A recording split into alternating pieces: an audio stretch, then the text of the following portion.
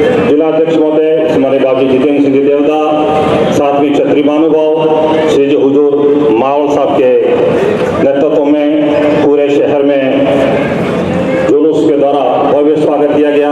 तत्पश्चात हमारे बीच अतिथि पधारने वाले हैं। आप सभी से निवेदन है, सभी पधारे हुए क्षत्रिय महानुभावों से निवेदन है, आप भी अपने निश्चित स्थान पर विराज जाएं। पद पे हैं। आज के इस समारोह के अति विशिष्ट अतिथि के रूप में हमारे वागड़ के विकास पुरुष सम्मानीय महेंद्रजीत सिंह जी मालविया, पूर्व कैबिनेट मंत्री हमारे बीच पधारे हैं। आपका भी भव्य स्वागत है। आप इस समारोह के अति विशिष्ट अतिथि पद पर विराजे हैं। विशिष्ट अतिथि के तौर पे मैं निवेदन करता हूँ पूर्व नगर परिषद सभापति सम्मानीय जैनेन्द्र द्विवेदी, आप भी मंच पे विराज चुके हैं। अगले क्रम में हमारे बीच संत महात्माओं का आगमन हुआ है। निश्चित ही संतों का आशीर्वाद बहुत बड़ा आशीर्वाद होता है। हमारे बीच शिवाजी महाराज पधारे हैं। आप सुंदनी ओगड़धाम सुंदनी के मठाधीश है, आपका भी हार्दिक स्वागत अभिनंदन करते हैं। इसी क्रम में हमारे बीच हमारे वागड़ क्षत्रिय महासभा के जिलाध्यक्ष महोदय सम्माननीय ठाकुर साहब जितेंद्र सिंह देवदा, आपका भी हार्दिक स्वागत अभिनंदन है। इसी क्रम में हमारे बीच पूर्व जिलाध्यक्ष सम्माननीय राजेंद्र सिंह जी आनंदपुरी ठाकुर साहब, आप भी मंच से पधारें और इस समारोह के अतिथि को स्वीकार करें।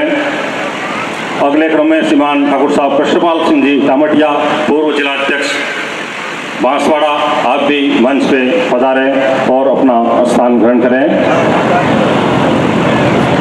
सम्मानीय ठाकुर विजय सिंह जी राठौड़ नीलम नगर, आप भी मंच पे पधार कर अपना आसन ग्रहण करें।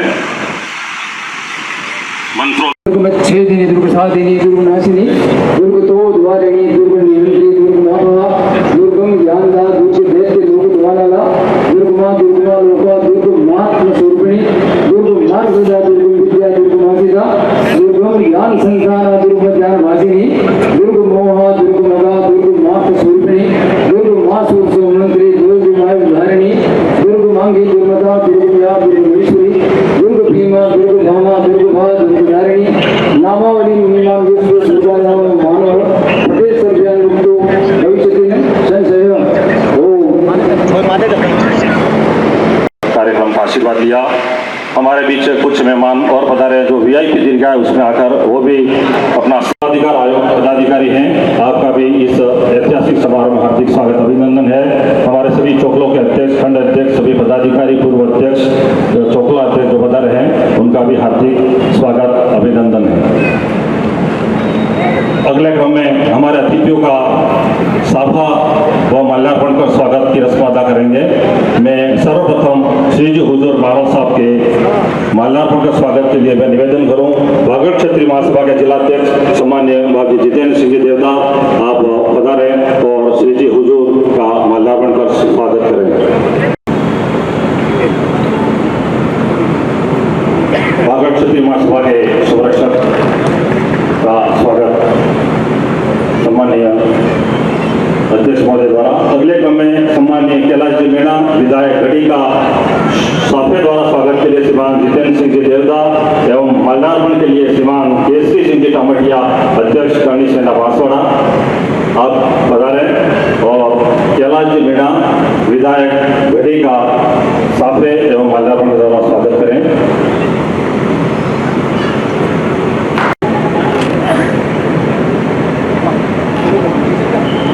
केसरी सिंह जी जिलाध्यक्ष करणी सेना बांसवाड़ा, आपका भी इस समारोह में काफी योगदान रहा है।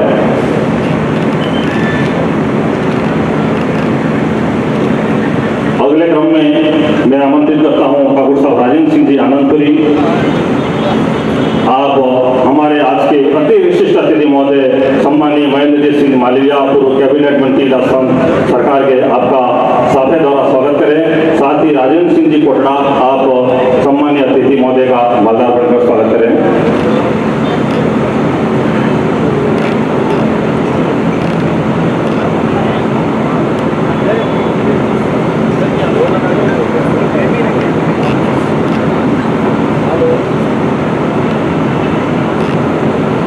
विशिष्ट अतिथि के तौर पर हमारे बीच विराजे जैनेन्द्र जी द्विवेदी, पूर्व सभापति नगर परिषद बांसवाड़ा, आपका आपके द्वारा स्वागत सम्मानीय कृष्णपाल सिंह जी टामटिया पूर्व जिलाध्यक्ष बांसवाड़ा एवं माल्यार्पण के लिए श्रीमान मोहन सिंह जी चंद्रावत अध्यक्ष आयोजन कमेटी आप पधारे और विशिष्ट अतिथि का माल्यार्पण का स्वागत करें।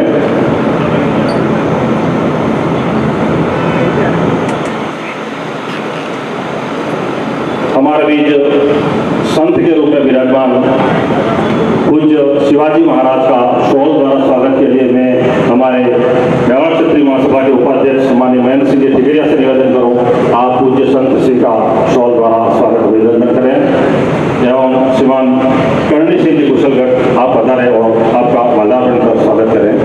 आप पधारे और बागड़ क्षेत्रीय महासभा के जिलाध्यक्ष सम्मानीय जितेंद्र सिंह जी देवदा का आप माल्यार्पण कर स्वागत करें।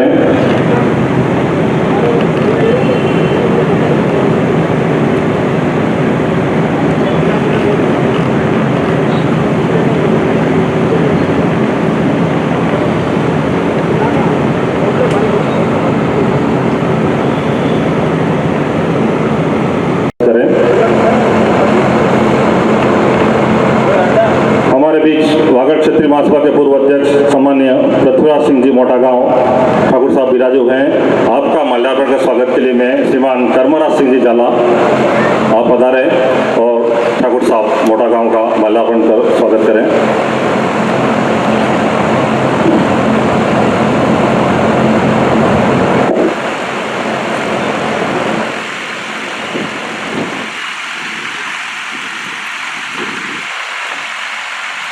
हमारे बीच पूर्व अध्यक्ष सम्मान्य कृष्णपाल सिंह जी टामटिया आपका भी स्वागत अभिनंदन के लिए श्रीमान परबत सिंह जी गनोड़ा से निवेदन करूं आप पधारे और आपका माल्यार्पण का स्वागत करें।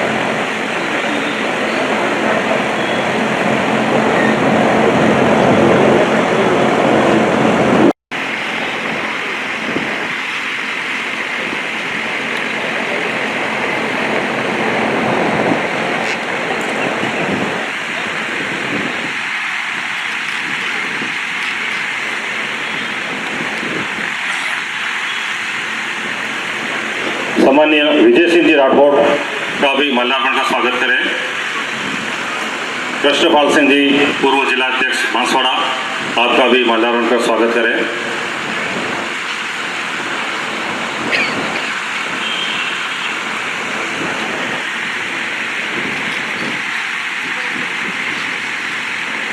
हमारे बीच सम्मानीय ईश्वरलाल जी जागीरदार मऊड़ी खेड़ा एवं अर्जुन लाल जी जागीरदार शोडलपुर आप दोनों भी मंच पे पधार कर श्री जी हुजूर का माल्यार्पण कर स्वागत करें।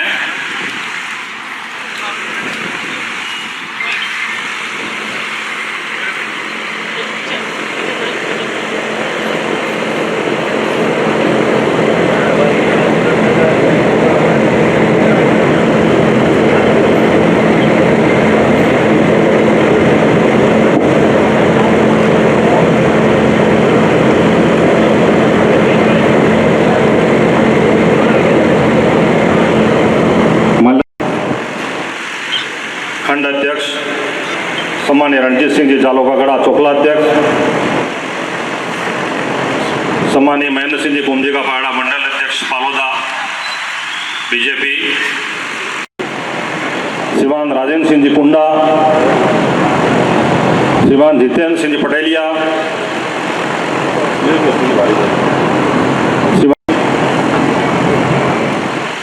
सम्मानीय सुरेंद्र सिंह जी बसी चंदन सिंह श्रीमान रणवीर सिंह जी अर्थुना श्रीमान केसरी सिंह जी ओडवाड़िया श्रीमान जयंत सिंह जी गनोड़ा सम्मानीय भगवान सिंह जी उम्बाड़ा सम्मान्य अशोक सिंह जी अमर सिंह का खड़ा श्रीमान सुरेंद्र सिंह जी मांड श्रीमान गोल्डन सिंह जी छाजा श्रीमान नागेंद्र सिंह जी बडलिया श्रीमान सीवी सिंह जी सेनाला श्रीमान चंद आज के इस ऐतिहासिक समारोह के सभी अतिथियों का स्वागत संपन्न हो चुका है। बहुत ही गौरव का दिन है। हम अतिथियों से संबोधन सुनेंगे। आगे बढ़े और समाज में ऐसी दिशा में इस तरह के कार्यक्रम हम आयोजित करें और इनसे इस तरह की प्रेरणा लें। जय हिंद। के समय की परिस्थिति की व्याख्या की। निश्चित ही हमें सबके मिलकर किस बात के लिए लड़ना है, इस बात को तय करना होगा। सर्व समाज के बहुत बड़े योद्धा थे महाराणा प्रताप, आपने उसके बारे में अपना पूरा परिचय दिया। अगले क्रम में हमारे मौड़ी खेड़ा और दोनों के जागीरदार विराजे हैं, उनका माल्यार्पण कर स्वागत करने के लिए सोडलपुर और मौड़ी खेड़ा के जागीरदार हैं, उनके माल्यार्पण स्वागत के लिए मैं निवेदन करूंगा अम्बी चरण सिंह जी गन्नावट और प्रवीण सिंह जी पासेवड़ा, आप दोनों पधारे हैं और हमारे दोनों ठाकुर अतिथियों का माल्यार्पण कर स्वागत अभिनंदन करें। प्रवीण सिंह जी पासेवड़ा विराजे हो तो आगे पधारें।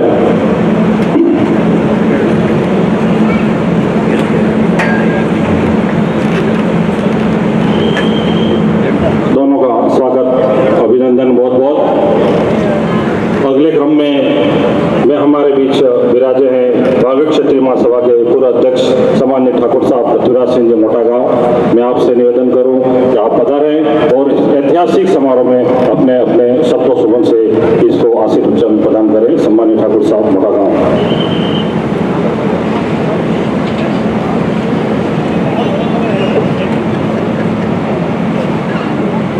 आज के महाराणा प्रताप जयंती समारोह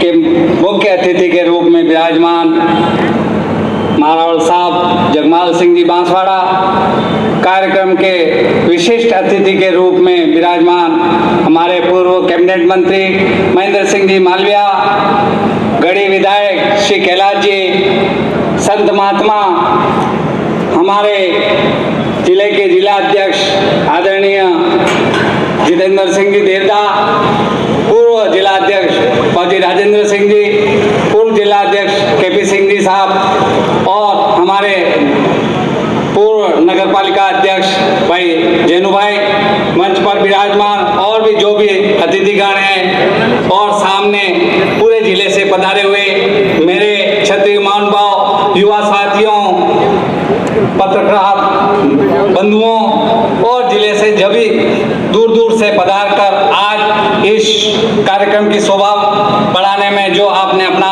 अमूल्य सहयोग दिया है, सर्वप्रथम तो मैं आप सभी महानुभावों का तहे दिल से आप सबका हार्दिक अभिनंदन एवं स्वागत करता हूं।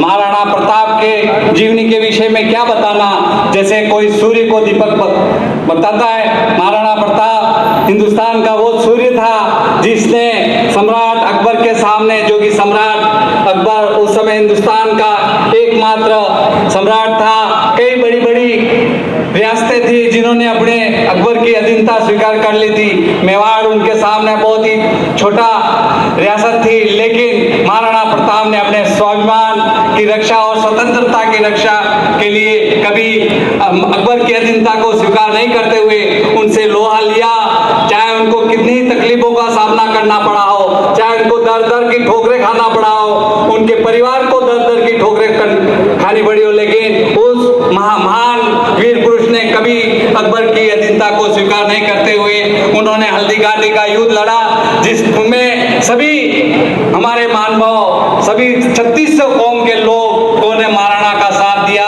जैसा कि हमारे पूर्व में बताया गया, मामाशाह, शेरशाह, हकीम का सूरी और राजा मान, झालामान और कई ऐसे वीर योद्धा थे जिन्होंने महाराणा प्रताप के साथ लड़ते हुए हमारी इस मेवाड़ की स्वतंत्रता की रक्षा करते हुए एक ऐसा इतिहास रचा कि आज वो पूरे विश्व में महाराणा प्रताप अमर हो गए।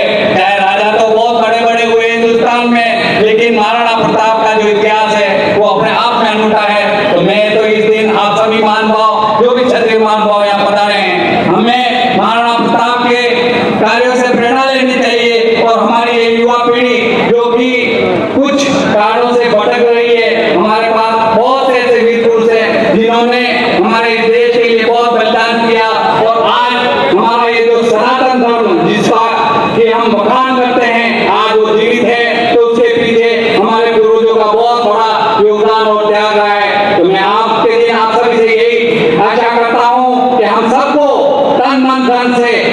सीमांचल की रक्षा करते हुए आज का जो देश का वातावरण बन रहा है, आपने अभी देखा कि कुछ आतंकवादियों ने हमारे कश्मीर में आकर हमला करके हमारे 27-28 लोगों को निर्दयता पूर्वक मार दिया। लेकिन आज की सरकार ने बहुत ही अच्छा कदम उठाते हुए पाकिस्तान को जो सबक सिखाया है, उसके लिए वास्तव में वो तारीफ के काबिल है। मैं आने वाले समय में भी हम सबको जागरूक रहते हुए ऐसे ही सबक हमारे पे जो भी हमारे भारत पर पूरी नजर रखता है उनको सिखाने की जरूरत है। मैं ज्यादा कुछ नहीं कह के कम शब्दों में ही अपनी बात को यही विराम देता हूँ और आप सब पधारे उसके लिए एक बार पुनः हार्दिक अभिनंदन स्वागत करता हूँ। धन्यवाद। पूर्व अध्यक्ष महोदय ने संगठित होकर अन्याय के खिलाफ लड़ने की बात कही, निश्चित ही समय सीखा है। अगले क्रम में हमारे बीच उपस्थित एक वक्ता के रूप में सम्माननीय सुबोध जी मालवा हमारे बीच में रहते हैं। आप भी पधारें और संबोधित करें। सम्माननीय सुबोध जी मालवा। महासभा के इस बैनर तले विशाल महाराणा प्रताप जयंती के पावन अवसर पर हमारे बीच में मंच पर विराजमान सभी माननीय अतिथि गणों का वंदन अभिनंदन, और जो सामने विराजमान हैं बांसवाड़ा की क्षत्रिय समाज के ऐसे गौरवशाली हमारे समाजजन और अन्य बंधुओं बहनों, जब बात महाराणा प्रताप की हो, इस प्रकार से खून खौलता है, एक देशभक्ति की भावना जागृत होती है। ऐसे व्यक्तित्व का आज हम जन्म जयंती समारोह मनाने के लिए एकत्र आए हैं। यहाँ पर इस कार्यक्रम में प्रतिवर्ष बहुत बड़े बड़े देश के महान लोग, अच्छे वक्ता यहाँ आए और ये क्रम इस वर्ष भी जारी है। इसलिए मैं क्षत्रिय महासभा का बहुत बहुत स्वागत अभिनंदन करता हूँ। भगवान श्री राम को जब वनवास मिला तो भगवान श्री राम दक्षिण दिशा की ओर गए। अगर वो चाहते तो उत्तर दिशा की ओर जाते, जहाँ हिमालय की पहाड़ियाँ हैं, कश्मीर है, जहाँ आराम से अपने 14 साल बिता करके और अयोध्या लौट जाते। पर उन्होंने ये ठाना कि मुझे दक्षिण दिशा की ओर जाना है, और दक्षिण दिशा में वो गए जहाँ रावण का राज था, एक आक्रांता था, आता थे, और वहाँ जाकर अगर हम मेवाड़ के जितने भी शासक थे उनकी शौर्य की गाथा भी अपन अगर देखने लगे तो वो भी कोई कम नहीं थी। और पूरे विश्व के अंदर में जैसे महाराणा कुंभा थे, महाराणा अग्निमीत थे, इनकी भी हम लोगों को जयंती मनानी चाहिए। और जितने भी दूसरे अपने वीर पुरुष रहे हैं जिन्होंने बहुत बड़े बड़े कार्य किए हैं, महाराणा प्रताप तो खैर सर्वप्रथम है, और उन्हीं से प्रेरणा ले करके शिवाजी महाराज ने भी वही नीति अपना करके उन्होंने भी वही स्थान हासिल किया जो महाराणा प्रताप ने किया था।